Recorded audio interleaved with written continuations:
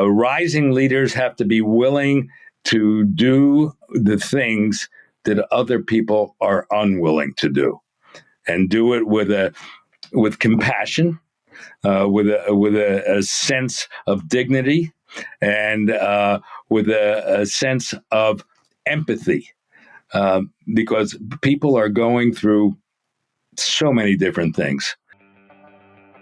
Welcome to the Rising Leader Podcast, bringing forth the new wave of rising leadership and helping leaders find purpose, connection, and results. This is your host, founder of Alluviance, Alex Kremer.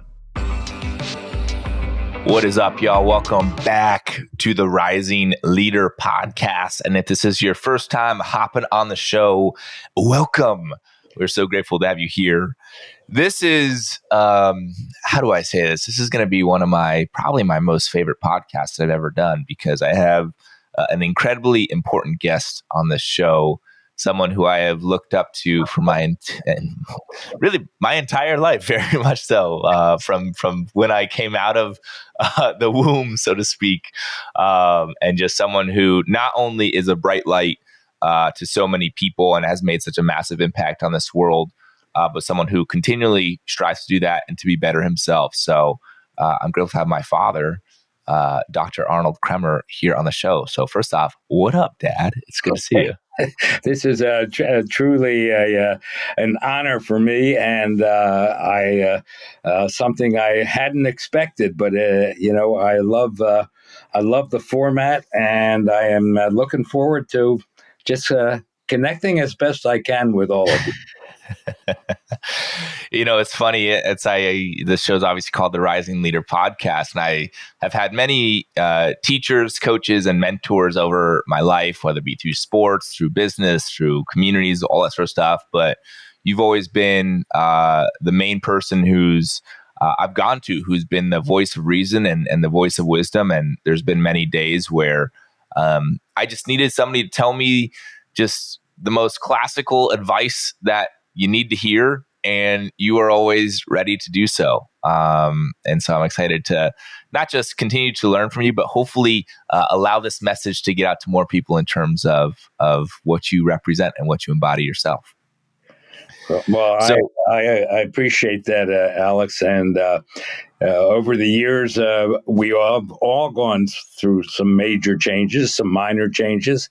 And it's amazing what we're able to accomplish just by communicating with each other. And sometimes either one of us could be an up or down or in between. And but sometimes just communicating and talking and sharing has helped to solve a lot of things for both of us. Well, just to give a little bit of background to people in terms of who you are. So first off, you are an emergency room physician for 40 years. You are the founder of Mar Integrative Medicine, which are teaching people how to live and be healthy.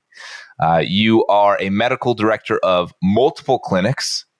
You teach people and support people with things like stem cells. And another little known fact about you is you are a motivational speaker. So I grew up since the age of 5, going to different conferences, going to different seminars, and watching you get up on stage and speak in front of hundreds and thousands of people.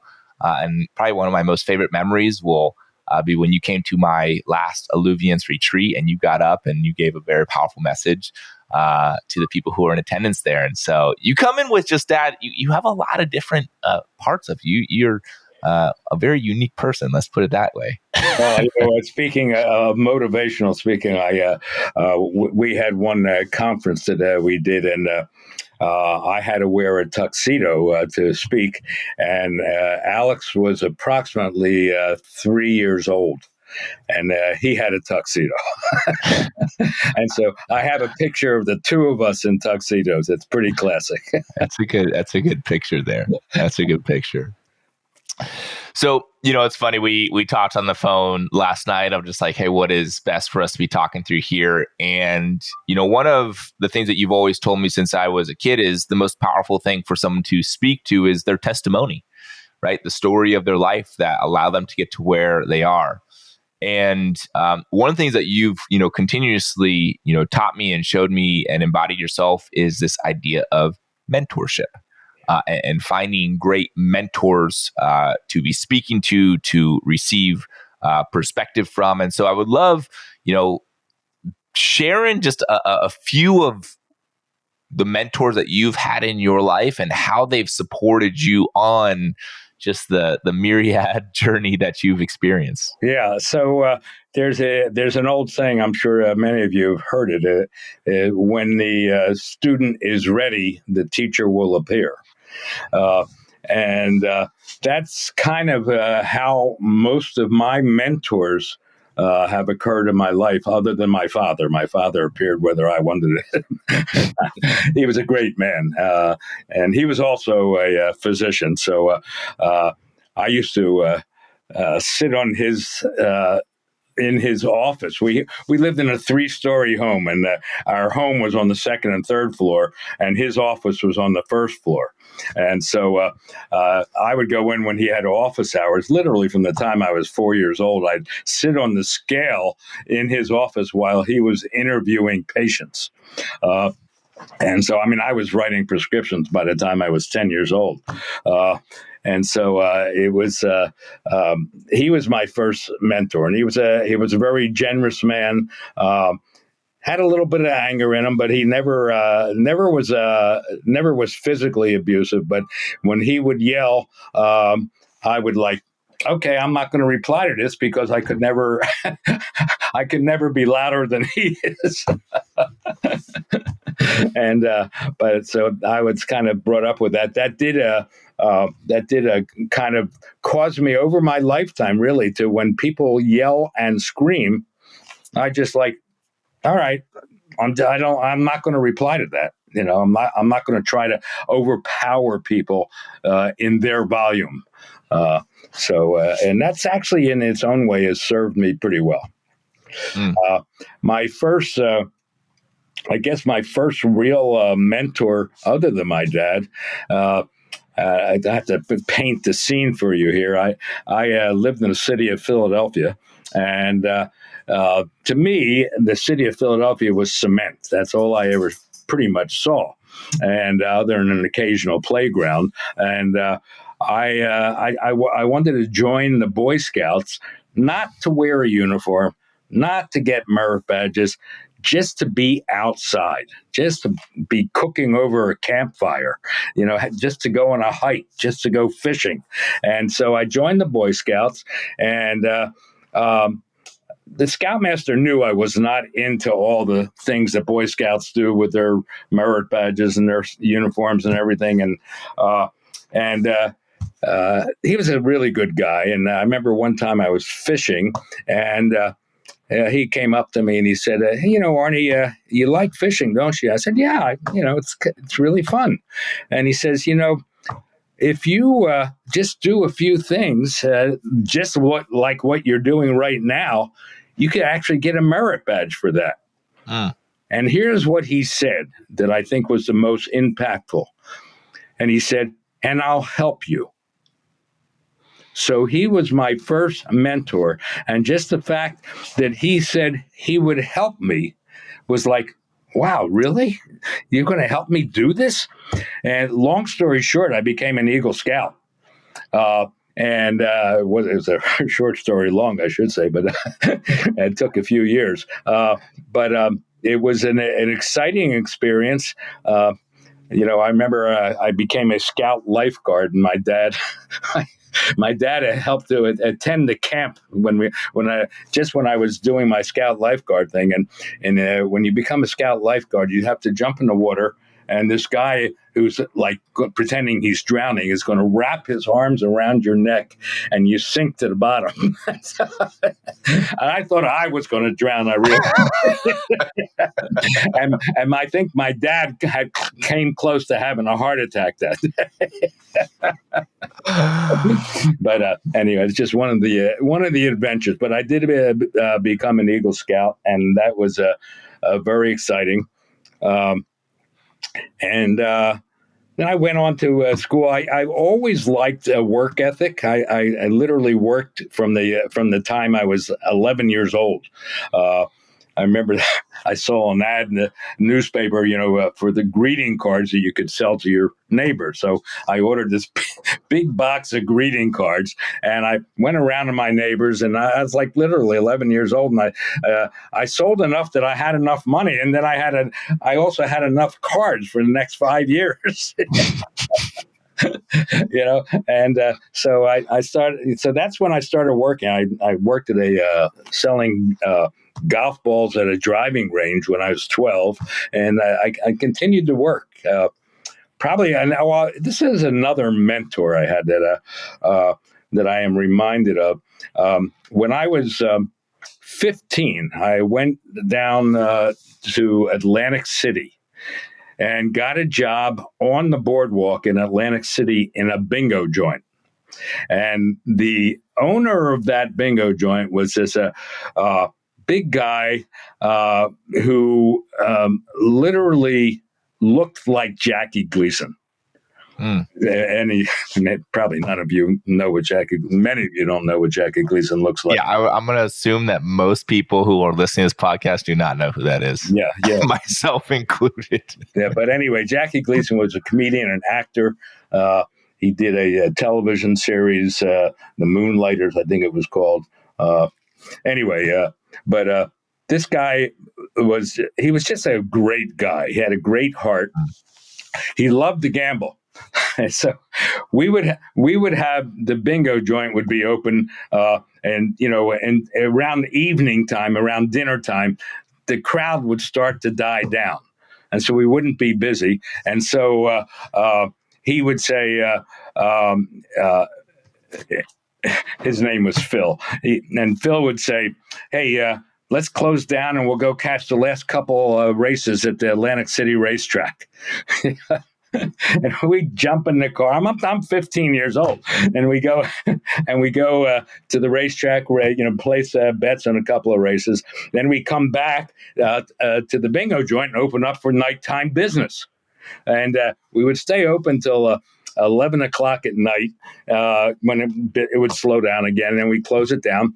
And then we would go. At that time, they had all night dancing. In the shore, all down the shore in Oceanside and Ocean City and Atlantic City, and so I got a fake ID because they served alcohol there. You couldn't go in there and I got a fake ID, and we literally would go dancing with all these bands and all these people until like 3 or 4 in the morning, and then we'd go out for breakfast together, and then we'd go back to our places and go to sleep for a few hours before we came to work at 10 in the morning for the morning crowd. And I did that for 2 summers in a row, and I'll never forget. And also, I had to learn how to hustle people into the bingo joint.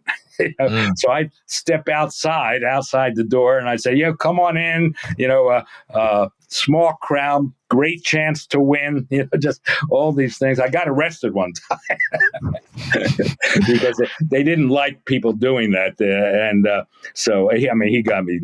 I didn't stay there very long, but, it was just like, a lesson to him and, of course, to me that, you don't do what you're not supposed to. So it sounds like he was a great mentor to you and taught you a lot about how to work hard and play hard a little bit, and how to hustle. Yeah, exactly. And it was great. I wouldn't give up that experience for anything. And I also loved the New Jersey Shore, so I always loved going down there anyway. Let's see, where did I go from there? Well, I eventually. My next work experience was kind of interesting. I was probably in my sophomore, maybe junior year of high school, and I saw an ad, college students make extra cash. Now, I know it wasn't a college student, but I figured, well, I need extra cash. And so I went to this room where all these people, must have been like 30 guys there, all wanting the same thing I did. And and they said, well, we're going to train you, and you're going to go around the neighborhood. You'll be driven by one of our supervisors, and you'll be driven around the neighborhood, and you're going to be selling encyclopedias door to door. And and we'll train you for 3 days. So that was the first day. There were like 30 guys there.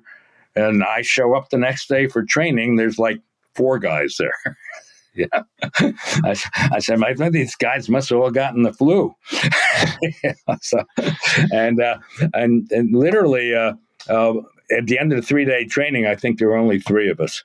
And we went out. The guy who would drive me around was also a great guy in his own. He was kind of a hustler guy, but he drove around in this Cadillac, and and so we would, he'd tell us what neighborhood you go up and down here. And he said, if you are ever in a house when it's time for me to pick you up, put one of the posters of the encyclopedias on the door so I know where you are. And he would literally come in and close sales for us. If we were like, kind of in the not argumentative, but, trying to close a sale and it just wasn't happening, he would come in and talk to him and he'd close the sale. And so that was a great experience. The next year I said, I'm not going door to door anymore. And I became an Encyclopedia Britannica salesman. Probably a lot of you never heard of the Encyclopedia Britannica either, but it was a big encyclopedia. Still, I think it's still around, but with the Encyclopedia Britannica, you made your own appointments. We would have these cross-reference telephone guides would list people by streets instead of alphabetically. So I said, all right, I'm going to work this neighborhood. And I could call all the names on that street and try to make appointments. And that was great because I didn't have to, go door to door. And the people I did get appointment with were anxious to see what we were talking about. So it was a whole different, much better way of doing things. So, I mean, there's a theme here of like, whether it be the Boy Scouts, whether it be, selling encyclopedias, whether it be, work hard, play hard on the Jersey Shore there. It's, you had someone, I like what you said too about the Boy Scouts, of someone who said, hey, I'll help you. And someone who not only taught you how to do it, but what they really did is they embodied it themselves. Like they were the representation of it. And, I see a big problem, with some teachers or coaches or whatever you want to call it, where they're not in integrity with what they are teaching. They're telling people to do things when they first have not yet done it themselves. And it just comes out, it's kind of a leaky way to do it. But what I'm continuously hearing from you, the mentors who you looked up to the most, and I know that you have many other mentors through your hippie days and becoming a doctor and then becoming a motivational speaker and building out your business that way. It's these people who they first really said, hey, I've done this myself. I'm continuously committed to doing this journey too. And then in essence, they started to be able to teach it down to you. Yeah, and that's that's the way. I mean, you really can't teach something that you don't know how to do. I think number one, you'll be found out. And number two, you're not going to be an effective teacher. All my life, in all my adult life, I've always had people I've mentored in one way, shape, or form, and I always will try to, even to this day. I mean, in my clinics, I always have medical students and nursing students and physician assistant students, and I love teaching them. It's the idea. The idea is not only just teaching, but relating to the people that you're teaching. So I always ask, like, if I have a person that's a physician's assistant in my clinic, and they're working as a student, and I say, well, is that your dream to become a physician assistant, or do you see something beyond that? And I'd like to listen to what they say. One of my major things I've learned over the years about teaching is, when you go in and you're interviewing somebody, your tendency is you have an agenda. These are the things I'm going to either written down or in your mind here are the things I'm going to touch base on. And you're so in tune to what you want to say that you're not listening to the answers to the questions you're asking. And within those answers, once you teach yourself to listen, that was a learning experience for me. Once you teach yourself to listen to the answers that people give you, that will bring on your next question. And it'll be much more in tune with what they're talking about. And you'll be able to raise up their vision and eventually get, what I try to get to is, hey, what's your passion? What is it you really want? And some people, until you've asked them that, they've never thought about it. So you're stimulating thought, you're stimulating emotional response to something that they may never have thought about before. That's pretty exciting. I think that's you think it's such common sense. Ask powerful questions and actually listen to the answer.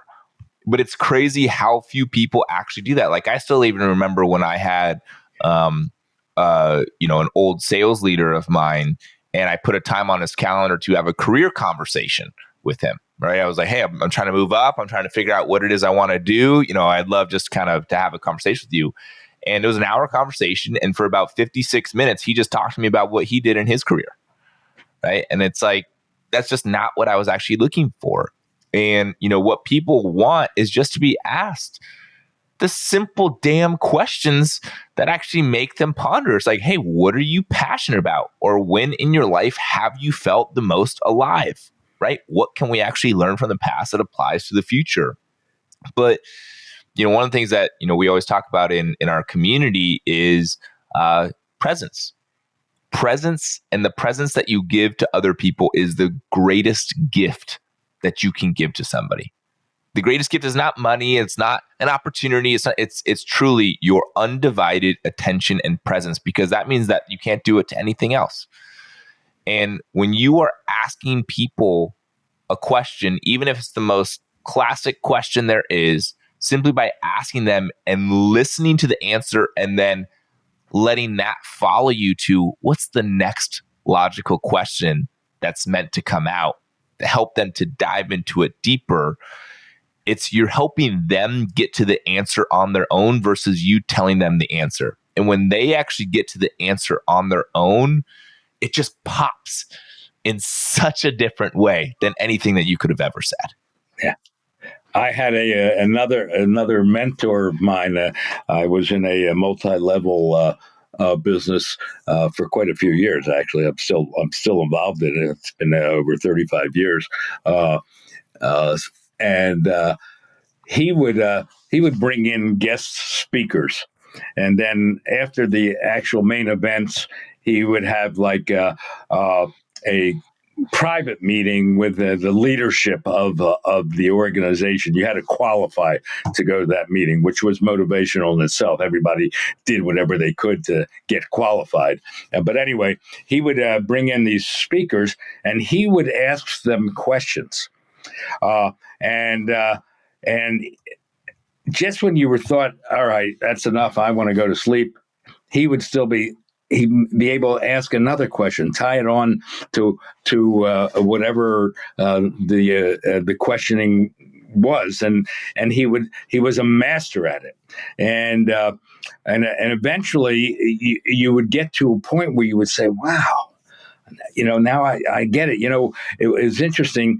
Some of the greatest visions, the greatest revelations that I've ever had, when I've been sitting listening to people speak till 2 or 3 in the morning. I said, I'm so tired, I just want to go to sleep.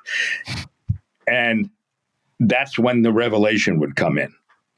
And I don't know if it's a factor of just being so tired that you're letting more in, or you're more open to things coming in. But if you have a great mentors and speakers who are working in that with you. It's pretty amazing. Yes. One of the things, Dad, that I'm so appreciative of for my entire life is, you've always been there to ask me those questions. And you've always been a big proponent of, hey, you could do anything in your life. And I still remember from a young age, you really expanded my perspective of my vision of, I want you to be thinking billions with a B, not millions. And we might have a little bit of a different definition. I think you might have been referring sometimes to dollars, but I really refer that to people. But, we both think in similar types of ways. One usually leads to the other. And, you've always pushed me, and you've also pushed other people to be really thinking of, hey, what's really possible for you? Oftentimes you talked about having a vision. I still remember going to your vision conferences. That's literally what they were called, vision conferences, where we'd go there, and that was the place to think about, hey, what are you really trying to do here? What are you really wanting to move towards? And there's, some classic statements that I've said on this podcast before is, the purpose of a vision is not necessarily that you achieve it. The purpose of a vision, it's actually who it causes you to be today.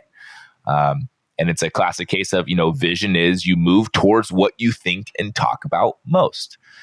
And, I would love just for you to share when you have been thinking about your vision, and your vision is constantly evolving. It's never like, oh, right, I found it and figured out what my vision. It's like, as soon as you've done that, it's like you're not doing it right, because your vision is constantly changing and evolving. But when you think of just how you've mentored so many people beyond just myself, whether it be medical students, whether it be, doctors, whether it be people who are on their entrepreneurship journey, people who are trying to build their business. You really brought in this idea of, hey, what's your vision? What are we really doing here? I love if you'd be open to expanding on, when you think about vision, when you think about developing a vision, how do you think about it? What kind of comes up for you? Well, first of all, you all are familiar with the saying, keep the dream alive, and one of the things that you come to realize, as life goes on, that, it's okay for your dream or that vision to change. At one time, maybe I wanted just to use an example, maybe I wanted a Ferrari and a house on the water. That may still be a dream kind of thing, but there are more important visions to me than that at this time. And so you have to form your vision based on your experience, based on your present situation, and attach it to where your life is going. And it's just like if you build a house, you don't just grab a bunch of wood and start, I'll just put a nail in here and a nail in here. You have to have a picture of that home before you build it, or you're not going to know what to build. And it's the same way with the vision. You have to, your vision has to be pictorial in nature. And so where you're going, and that's the path that you're going to be following. Can that path change? Absolutely. You can change anything you want. But you have to start from somewhere. Mm-hmm. One of the things when I think about vision that I know that you've taught me too, it's, do you feel the aliveness of your vision?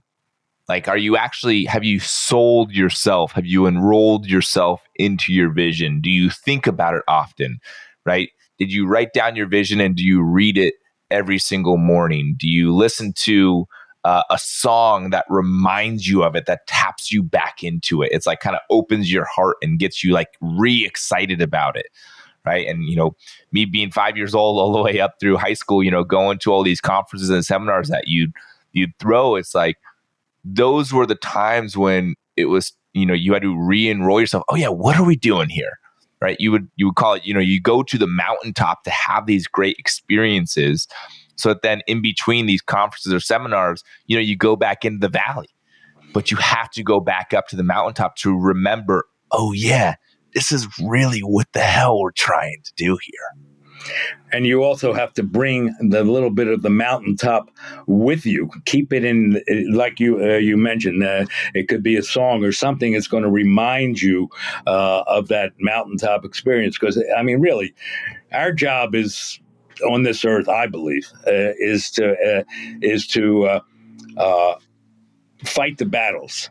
And there's a lot of battles. I mean, look at today's world. I mean, there's a lot of battles out there right now, and we have to fight the battles, and we have to, we have to be truth tellers. We have to be, not going along with, any stream, be it main or non-main. We need to go with what we believe is the truth, and not be influenced by the crowds. Because the crowds are just people who are following. They don't even know what they're following. They're following a crowd because they can't think for themselves. We need to look at situations, analyze them, come up in our own minds with what is the truth of this situation, and be willing to share it with other people as we see it. We don't have to offend other people. And if people take offense to what we're saying, we don't have to speak with them anymore. I mean, we don't have to speak about that anymore. It's not it's never been my goal to offend people. But it has always been my goal to be truthful with people to the best of my ability. And that's like super important, especially in today's world. And several years ago, I realized, actually many years ago, that I realized that God is the most important thing in my life, and I try to maintain that relationship. I come from a Jewish background, and I was at one time going to be a cantor in a synagogue. And they liked my voice so much they kept bringing me back to sing. But eventually, and I won't go through the story, but eventually I accepted Jesus as my Lord and Savior, and so I became a Messianic Jew. That did not make my father very happy, I will tell you that. But that was my truth. That is my truth today. And I'm not afraid to share that with people. I just read a book by a guy named McGuire.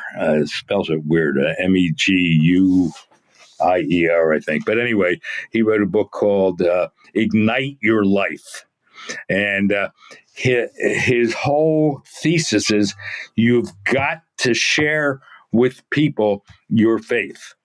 And because our job, especially if we truly believe, and our job is to bring people to that belief.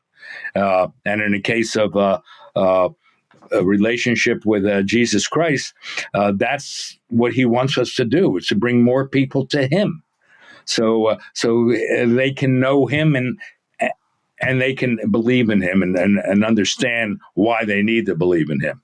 And that book, Ignite Your Life, it really taught me that, maybe I'm not sharing my faith enough. And so I don't have to be offensive about it, but just even a simple, like after I've spoken with somebody and they're leaving, and I'll say, hey, great talking with you, whether it be a phone conversation or in-person conversation. I said, God bless you. And it's amazing just saying that, the response you get. It's they'll either say, thank you, or all right, take care. Or they'll say, God bless you too. You get all different kinds of responses, but the whole the whole idea is for you to speak your truth. Mm-hmm. Yes.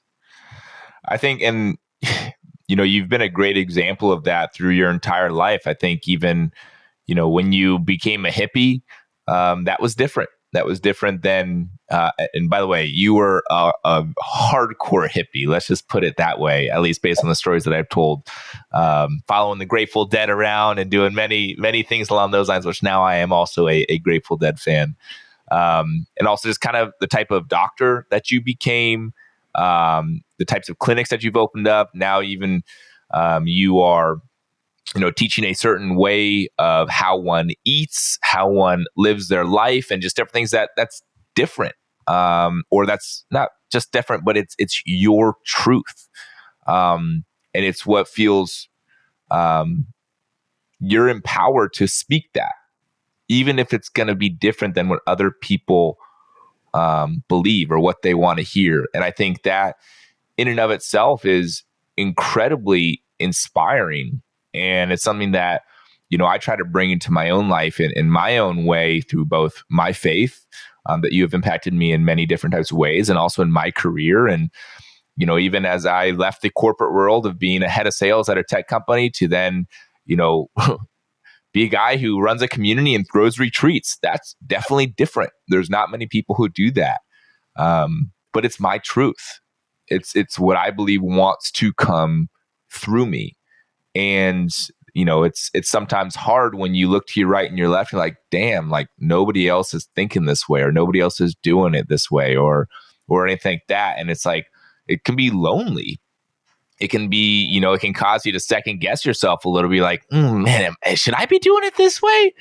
But owning your truth, whatever that truth is to you, if it's true to you, frickin' speak it. Well, the other thing you start to realize in line with that is there are no accidents. Everything that happens was for a reason, and at first I didn't understand it, or maybe I didn't believe it, but I've seen it enough times.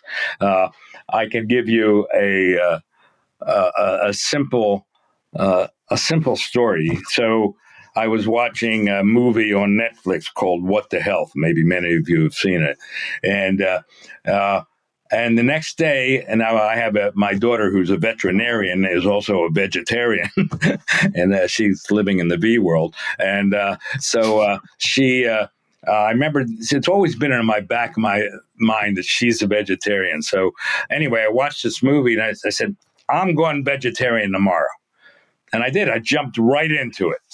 And literally, in 1 month, I checked my blood. In 1 month, my cholesterol went from 250 to 130. And I said, wow, this works. So I wrote a book on a plant-based eating program. And it's just all these things that happen. Then I just watched another movie called You Are What You Eat. And it took a bunch of sets of identical twins and gave them different diets and sold that wasn't even the most important part of the documentary to me. The most important part was the way they talked about the food industry. And it made me realize, first of all, I will never eat farmed fish. I mean, if you watch this movie, you're going to give up some things. I guarantee it. I never will eat farmed fish. They're mowing down the Amazon so they can get pasture land to put our beef cattle on so we can eat here in America, so we can eat beef in America. And when they're finished with one pasture, if it has no nutrients or they can't grow stuff on it, they just mow down more trees. And so just these little things that you start to see and you incorporate into your own being, and be that one way or another. Some people will look at that and just say, oh, well, that's a bunch of bunk. Who cares? But everybody's got to create their own reality and their own belief system. Well, I have one more question for you, Dad.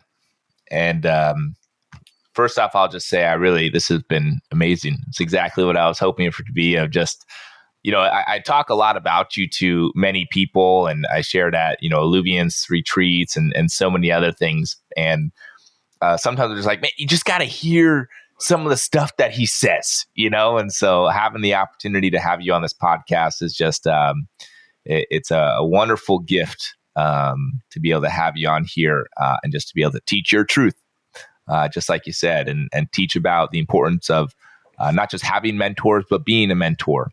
The importance of having powerful questions and listening to the answers to people, the importance of having a vision.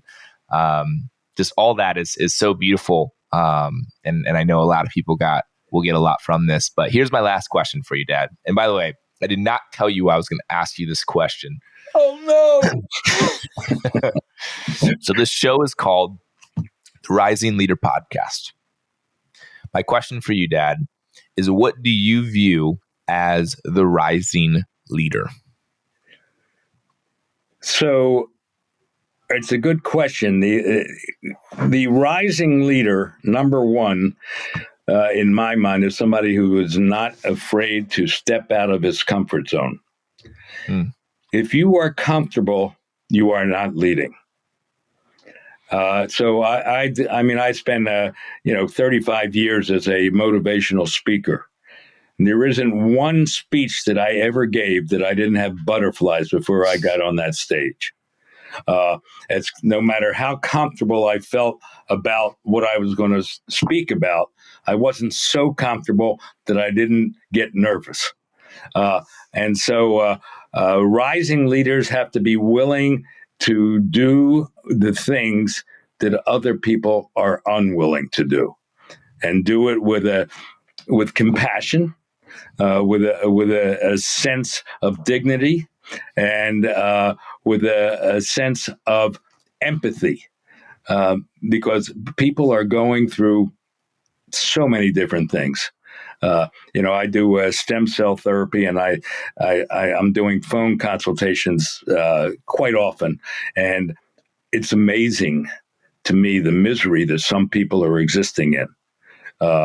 And so we have to, we have to have soft hearts is what it comes down to. To be a good leader, you have to have a warm, soft heart that is embracing to the people you're leading. That's a good bow on this conversation right here. Well, Dad, I appreciate you being on here and just, sharing your wisdom and your knowledge. And for all those who listened, make sure you share this. I know that somebody will need to hear this in their own way. And if anything, let this be a reminder to reach out to your dad or your mom and just tell them you love them, because they're great people for you. And so with that, Dad, thanks for showing up, and have a great day, everybody. Thank you, and God bless you all. Thanks for listening to the Rising Leader Podcast. Make sure you hit that follow button so you get notified every time a new episode releases. If you know someone who wants to take their lives and their career to the next level, send them this episode so we can all rise together. For more information, check out alluviance.co. We'll see you next time. And in the meantime, keep letting it flow.